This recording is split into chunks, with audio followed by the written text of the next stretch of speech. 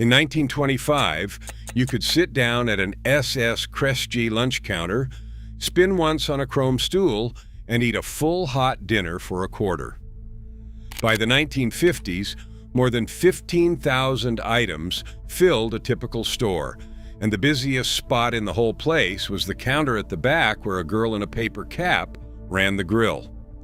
Number 14 on this list was so cheap that Kresge served it by the thousands every single day, and almost no American under 60 has ever tasted it. Number 3 made the whole store smell like a bakery by 10 in the morning. And number 1, the simplest thing on the menu, is the meal people still write about in old hometown forums decades later. These foods fed a country. Then we walked out the door and never looked back. Hit that subscribe button and let us count down the 25 forgotten Kresge lunch counter foods nobody serves anymore. Number 25, corn sticks. Before a basket of dinner rolls became standard, the Kresge counter sent out hot corn sticks with nearly every plate lunch.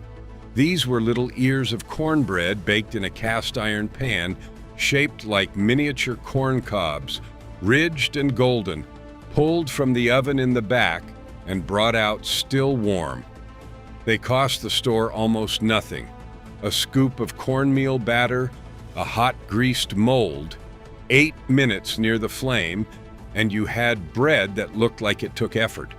The outside crisped into a thin shell, while the inside stayed soft and faintly sweet. You broke one open, watched the steam rise, and dragged it through gravy or chili or the last of your creamed peas. A whole order came free with a 25-cent plate. Nobody thought twice about it. Today you cannot find a corn stick pan in most kitchens, and the bread that anchored a million weekday lunches has simply vanished from the American table. Number 24, the Blue Plate Special. This was the meal that made a dime store feel like a real restaurant. For a quarter in the 1930s, climbing to around 60 cents by the late 1950s, the Kresge counter put down a full hot dinner on a single divided plate. Roast turkey with dressing and cranberry sauce, creamed potatoes, buttered peas, a lettuce and tomato salad, a corn stick, and a pat of butter, all for one low price chalked on the board. Kresge bought turkey by the truckload because the company snapped up farm surpluses cheap, which is why turkey showed up on the board year-round, not just at Thanksgiving. A working man could eat like it was a holiday on his lunch break. The waitress called the order down the counter in shorthand, the cook plated it in under a minute, and you ate elbow to elbow with strangers who were eating the exact same thing. The Blue Plate Special was the heart of the counter. When the counters closed, it died with them. Number 23, salmon croquettes. On the days the counter ran a fish special, the cook reached for cans of pink salmon, and what came out was something better than it had any right to be. The salmon was drained, the soft little bones mashed right in, then bound with cracker crumbs, a beaten egg, grated onion, and a spoonful of mustard.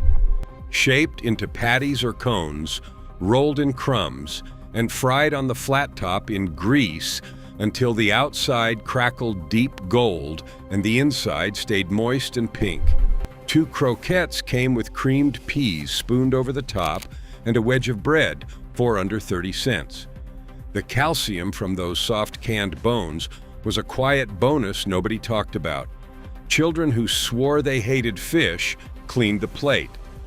Salmon croquettes filled diner menus and church cookbooks from coast to coast until canned tuna got cheaper and salmon turned into something you ordered at a white tablecloth restaurant. The counter version is almost completely forgotten now. Number 22, the patty melt. Before the fast food cheeseburger took over, the Kresge griddle turned out a patty melt that put it to shame.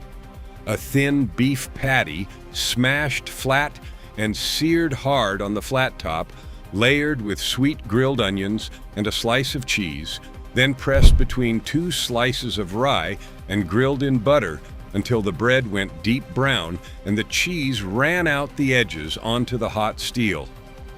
The cook scraped up those crispy cheese lace bits and tucked them back against the sandwich. The whole thing came off the griddle hissing, cut on the diagonal, and served with a pickle spear and a pile of fries. It was a burger and a grilled cheese arguing over who got top billing, and somehow both won. A patty melt and a coffee was a complete lunch for pocket change. Diners still make a version, but the dime store patty melt, smashed and griddled by a counter girl who made $200 a day, is gone. Number 21, tuna salad on toast. Long before tuna was a sad desk lunch, it was a hot counter special. The Kresge cook mixed flaked tuna with mayonnaise, diced celery, and a little onion, then mounded it onto toast, and, on the deluxe version, draped a slice of American cheese over the top and slid it under the broiler until everything went bubbly and golden at the edges. That was the toasted tuna, the dime store ancestor of the tuna melt. Served open-faced, with a scoop of cottage cheese or a handful of chips alongside, it cost less than a sandwich at a sit-down restaurant and felt twice as fancy. The contrast was the whole point. Cool, creamy filling, hot, crisp toast, the salty pull of melted cheese. People remember the cheese crackers that came with the tuna salad at 100 different counters. It was humble, it was cheap, and it has quietly disappeared from American lunch counters almost entirely. Number 20, creamed chipped beef on toast.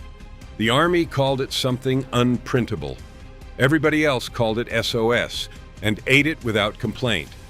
Thin slices of dried, heavily salted beef were torn into ribbons and folded into a thick white sauce made of butter, flour, and milk, then ladled hot over squares of toast. The saltiness of the beef seasoned the whole sauce, so the cook barely needed to add a thing. The toast went soft underneath, soaking up the cream gravy until you ate it with a fork. Every veteran who came home from the war had eaten this on a base somewhere, and they recognized it on a dime store menu board instantly. At the Kresge counter, it was breakfast. It was a cheap lunch. It was Tuesday. A plate cost a couple of dimes and stuck to your ribs until supper. Today, creamed chipped beef survives only in military nostalgia and a few stubborn diners. The counter that served it to millions is gone. Number 19, chicken a la king on toast points. This was the counter dish that felt like luxury but cost like a bargain. Diced cooked chicken simmered in a rich cream sauce with mushrooms, pimentos, and green peppers, then spooned, steaming over crustless toast cut into neat triangles called points.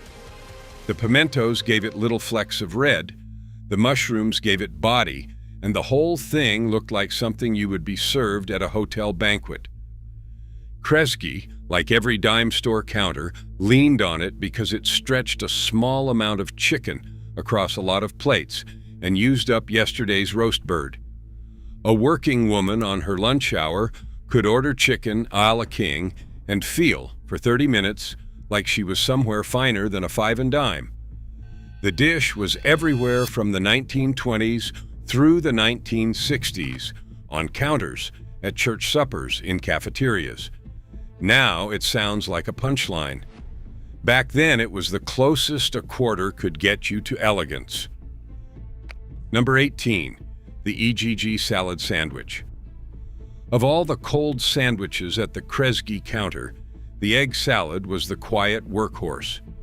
Hard-boiled eggs, chopped fine and folded with mayonnaise, a little mustard, salt, and pepper, sometimes a whisper of celery for crunch, spread thick between 2 slices of soft white bread and cut into neat triangles. It cost the store almost nothing. Eggs were cheap, the counter always had them, and it sold all day long to shoppers who wanted something light. Wrapped in a bit of wax paper or served on a plate with a pickle and a few chips, it was the sandwich you ordered with a cherry Coke when you did not want anything heavy. Pale yellow, cool, and creamy, it tasted like somebody's mother had packed it. Egg salad still exists, but the dime store version, made fresh behind the counter in a big steel bowl every single morning, was a daily ritual that ended when the counters did. Number 17, the fried bologna sandwich. Every counter in working-class America knew this one, and Kresge was no exception. A thick slice of bologna, notched at the edges so it would not curl into a dome, laid flat on the hot griddle until it blistered and browned and swelled in the middle. The smell pulled people 3 aisles over. Slapped on to white bread with yellow mustard, maybe a slice of cheese, it was a hot meal, not a sad cold cut. Men ate it after a shift. Kids ate it after school. It cost almost nothing because bologna was the cheapest meat in the case, and frying it made it taste like something special. The edges went crisp, the center stayed juicy, and there was no shame in ordering it because half the counter was eating the same thing. Today, a fried bologna sandwich is a novelty item people post about online. At the Kresge counter, it was just lunch. Number 16, the triple-decker club sandwich. When you wanted to feel important at the dime store, you ordered the club. 3 slices of toast stacked into 2 stories. Bottom layer, turkey or chicken with lettuce, tomato, and mayonnaise. Top layer, crisp bacon. The whole tower cut into 4 triangles, each one speared through with a frilly cellophane toothpick to hold it together, and arranged around a little mound of potato chips or a pickle fan. It was the most architectural thing on the menu, and it cost maybe a third of what a real restaurant charged. People remember the club sandwiches at downtown lunch counters the way they remember a good movie. You ate it slowly, pulling the toothpicks one by one, feeling like you were somebody. The triple-decker club still shows up in old-school diners, but the dime store club, frilly toothpicks and all, was a small daily luxury that vanished with the counters that built it. Number 15, the BLT. Bacon, lettuce, and tomato on toast sounds too simple to be forgotten, but the dime store BLT was a specific and now vanished thing. The counter girl laid strips of bacon across the flat top until they were properly crisp, never floppy, toasted the white bread on the same hot steel so it picked up a little of the grease, then built it with cool shredded lettuce, a thick slice of summer tomato, and a heavy swipe of mayonnaise. Cut corner to corner, served with chips and a pickle, washed down with a fountain Coke. The magic was the contrast nobody bothers with anymore. Hot, salty bacon against cold, crisp lettuce, the toast still warm. It was a summer sandwich made when the local tomatoes came in because Kresge bought produce from nearby farms, and the counter actually cared whether the tomato was any good. The BLT lives on, but the dime store version, griddled and assembled in front of you for under a quarter, is a memory. First pattern break. Here is what people forget about these counters. The food was only half of it.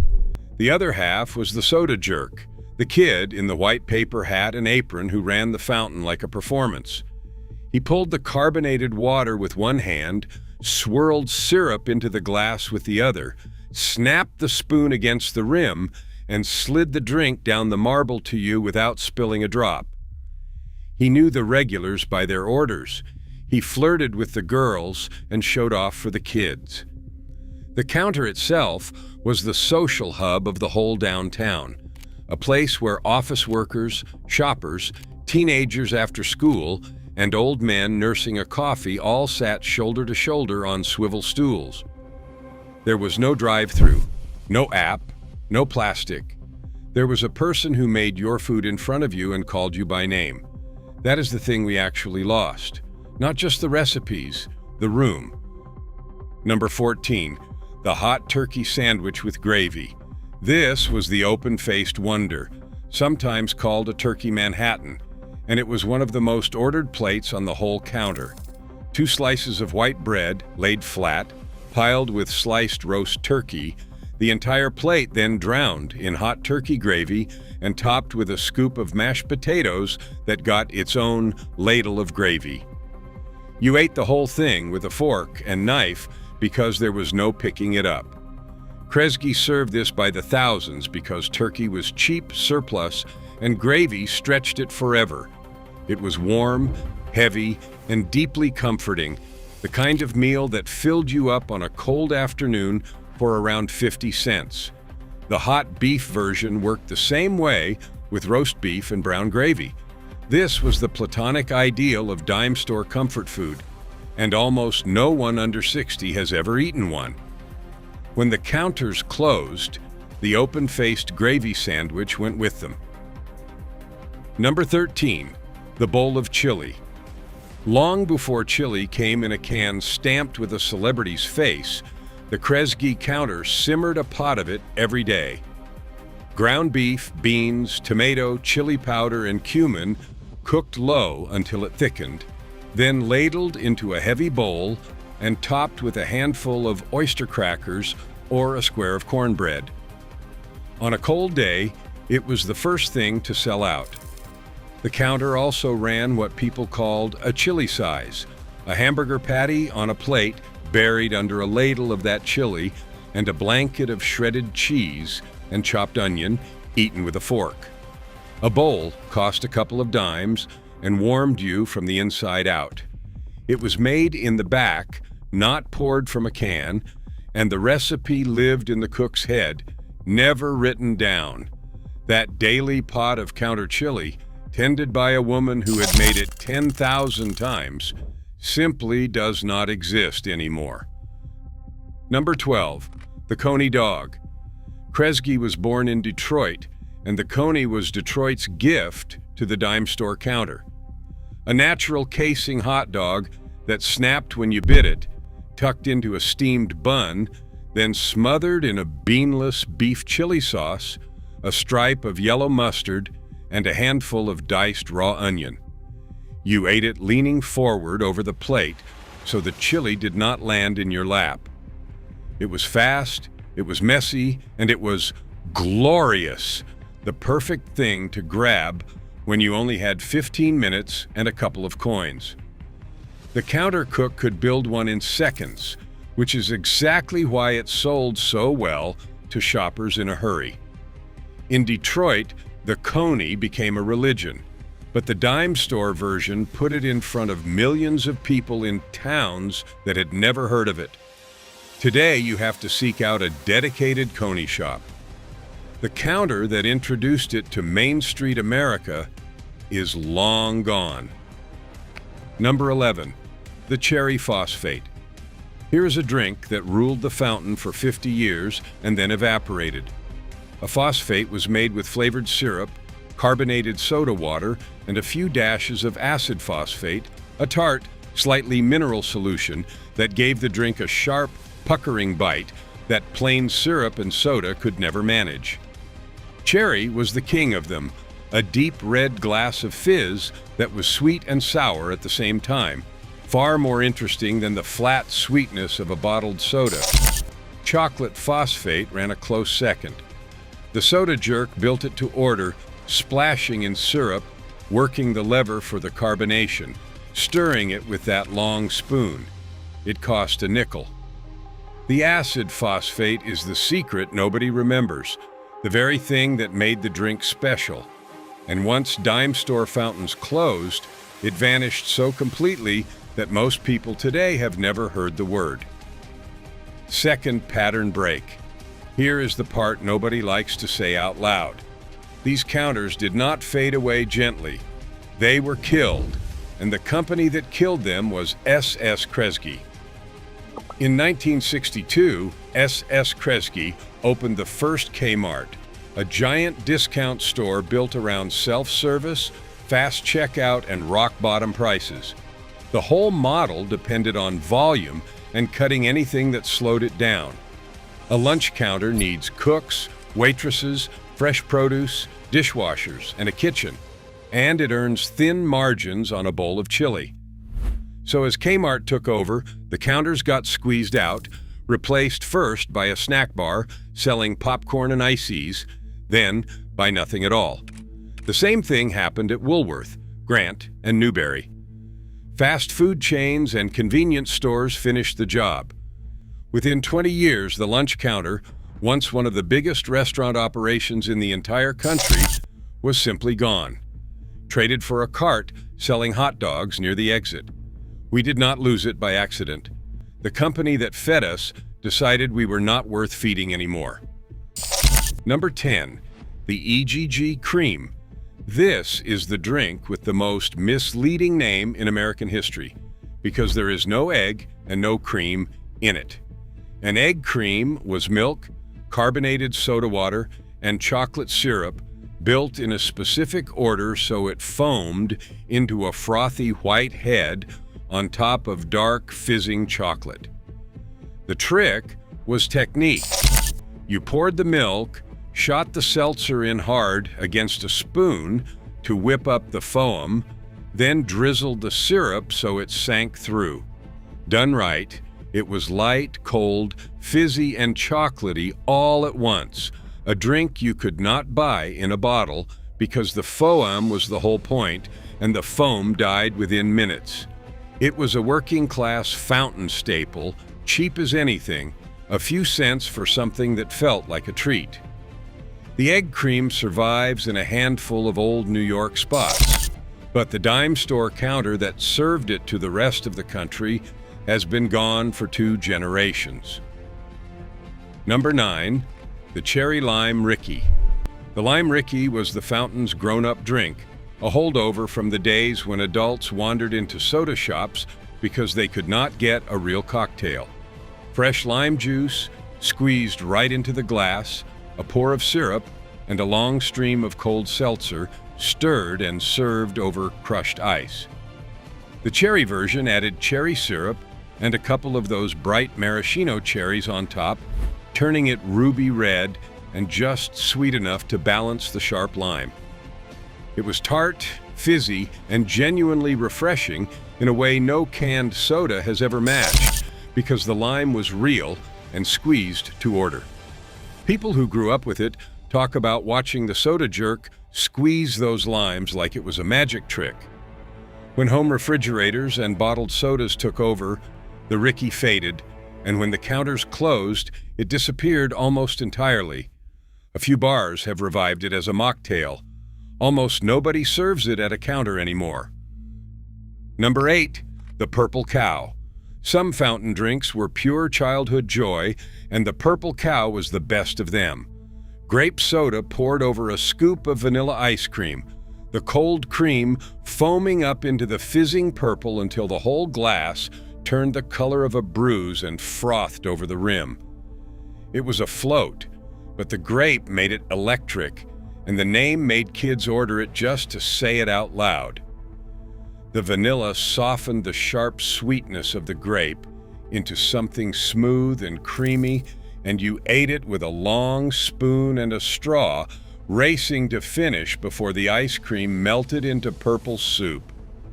It cost a dime, maybe 15 cents. The Purple Cow delighted children at fountains all through the 1930s and beyond, and then it simply stopped being made. The root beer float survived. The Purple Cow, its weirder, more colorful cousin, got left behind on the dime store counter where it was born. Number 7, the Green River.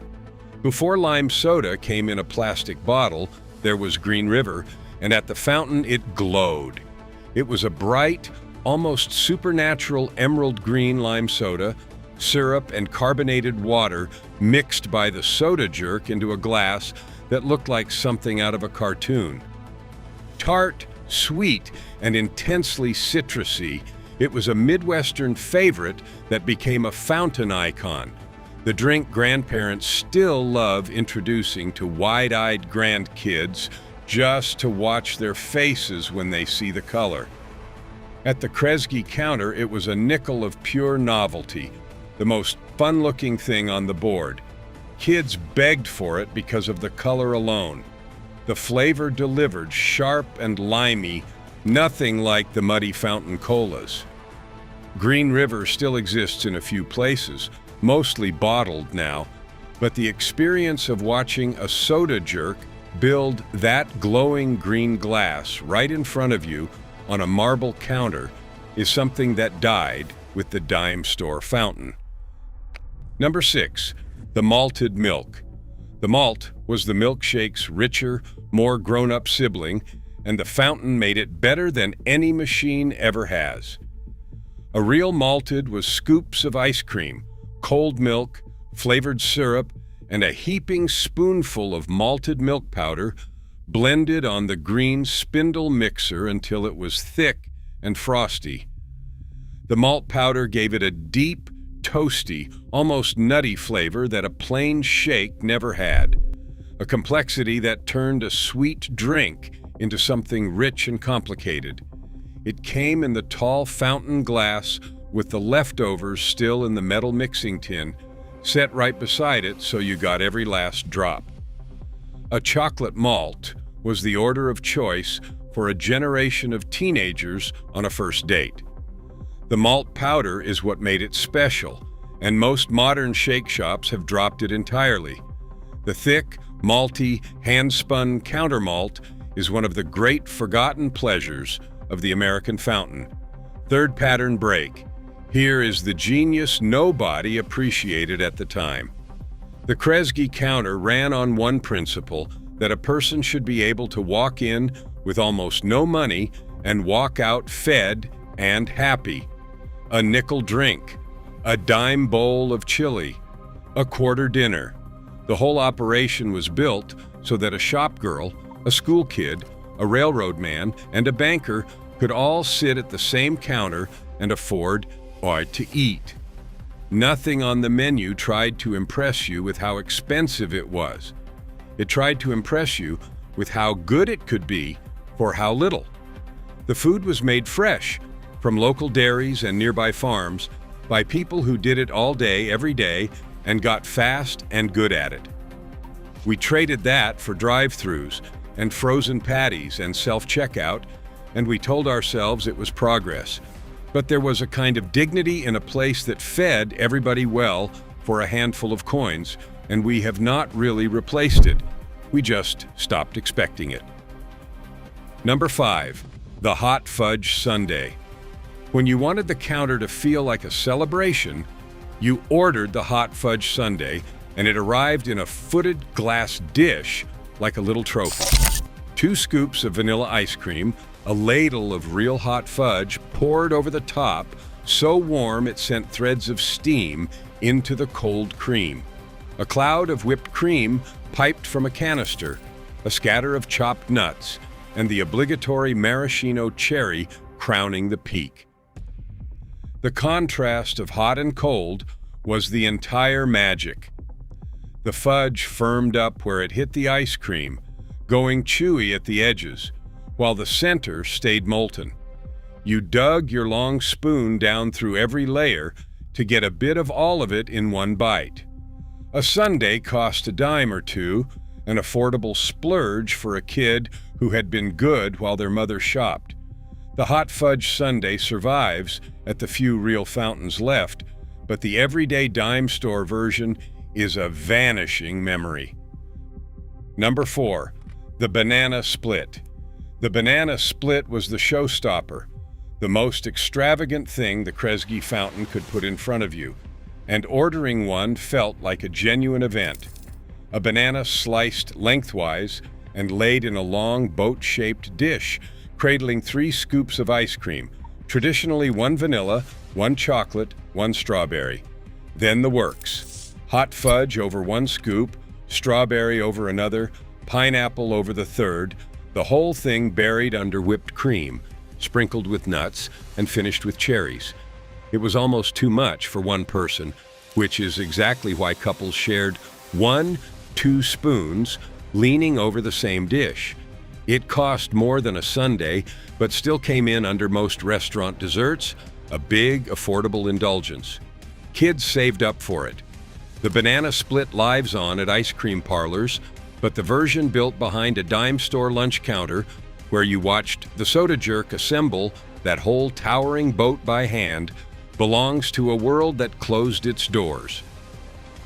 Number 3, the cream pie. Kresge counters were famous for their pies, and the cream pies were the crown. Coconut cream, banana cream, chocolate, and the lemon meringue with its towering swirl of browned peaks. These were baked fresh, often right on the premises, which is why the whole store could smell like a bakery by mid-morning. A slice came on a small plate with the meringue still holding its shape, or the cream still cool and silky under a drift of whipped topping. The crust was flaky. The filling was thick enough to hold a clean edge when you cut into it, and a slice just about a dime. People who grew up going to the counter remember the pies above almost everything else, the whoop of them spinning slowly behind the glass, the impossible choice between the coconut and the lemon. Baking fresh pie on site was the thing that set the dime store counter apart from the burger chains that replaced it. When the counters closed, the daily fresh pie went too. Number 2, the hand-mixed cherry Coke. This was not a cherry Coke from a machine, and that is the entire point. At the Kresge fountain, the soda jerk pulled plain carbonated water and Coca-Cola syrup, then added a measured shot of cherry syrup and stirred it by hand, building the drink in front of you, glass by glass. Sometimes a couple of real maraschino cherries went in on top. The result was sharper, more cherry forward, more alive than anything that ever came out of a fountain gun, because a person was tasting and adjusting it for you. It cost a nickel, climbing to a dime, and it was the drink that went with everything on the menu: the egg salad, the grilled cheese, the chili. Generations of teenagers met at the counter over a shared cherry Coke. Manitowoc residents still remember the Kresge counter as famous for exactly 3 things: pie, grilled cheese, and cherry Cokes. The machine version we drink now is a ghost of the hand-mixed original. Number 1, the grilled cheese.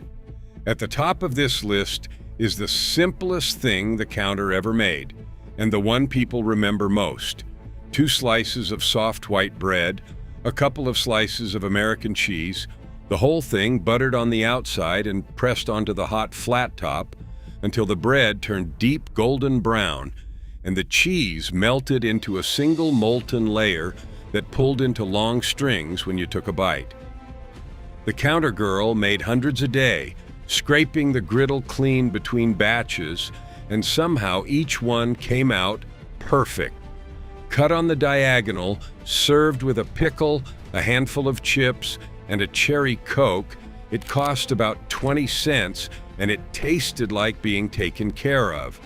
People order it now because they are really ordering a memory of a Saturday downtown with their mother, of a swivel stool, of a counter that no longer exists. Across 1,000 old hometowns, the grilled cheese and a milkshake at the dime store counter is the taste people reach back for when they want to feel 10 years old again. It was the cheapest thing on the menu. It is the thing nobody forgot. Here's my challenge. The next time you make a grilled cheese, do it the counter way. Real butter on the outside, low and slow until it is truly golden, cut on the diagonal with a pickle on the side. Stir a little cherry syrup into a cola and call it lunch.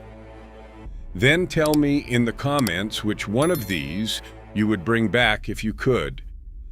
The hand-mixed cherry Coke, the hot turkey sandwich, the purple cow, the fresh pie. Because these were never just cheap meals at a dime store. They were a place where everyone could afford to sit down and be fed well, and we let it disappear. Your grandparents ate here. Now you know what they lost.